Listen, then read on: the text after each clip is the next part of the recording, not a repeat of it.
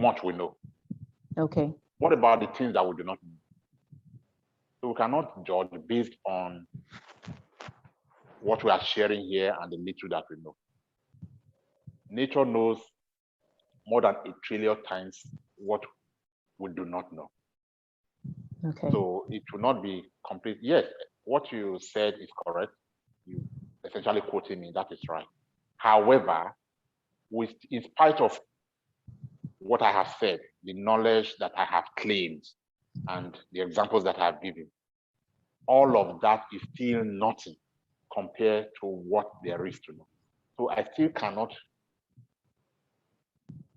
conclude that just because somebody is sick, who should not be sick, therefore the fruit is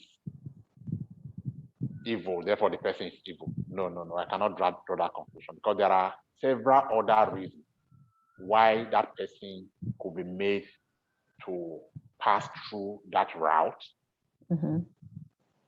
that are not necessarily available to me. Those reasons are not necessarily available to me. For example,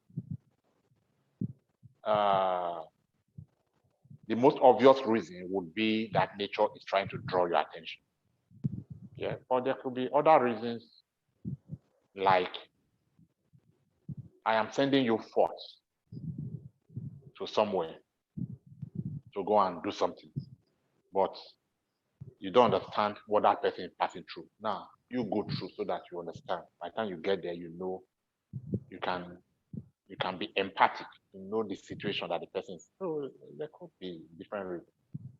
Right. But generally speaking, it still does not change the fact. When you hear men of God, so to speak, say, I cannot be sick, I cannot be poor. These are the principles that they know and have practiced. And that is why they are boldly saying that, which is true. Whether they are teaching you the same principle to practice it like they do, or they are using the principle to manipulate you, is a different thing.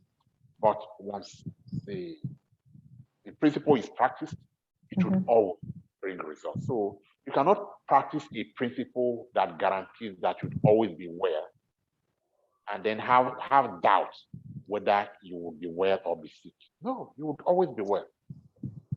However, that does not mean that because we know that principle to be truth, that we know everything and therefore can conclude. Yeah, it is still possible that for another reason other than what is apparent, you may be taken through a particular route to experience that. But whatever it is, it shouldn't be permanent. It should just be to get you to learn something, and then you'll now be compensated after you are done with that. So when we talk about sickness, actually, when I talk about sickness in that light, I'm not talking about simple headache or a 3 days. Oh, yeah. I'm talking about being bedridden with a terminal disease. Yeah. So usually terminal diseases are accumulation of negative energies in the body. Okay. Fear, worry. What will I eat today? Well, all of this over time, they would accumulate as what would manifest in the physical as terminal disease, kidney here, lungs there. All right. So we are saying that once you do not give room to this negative energy,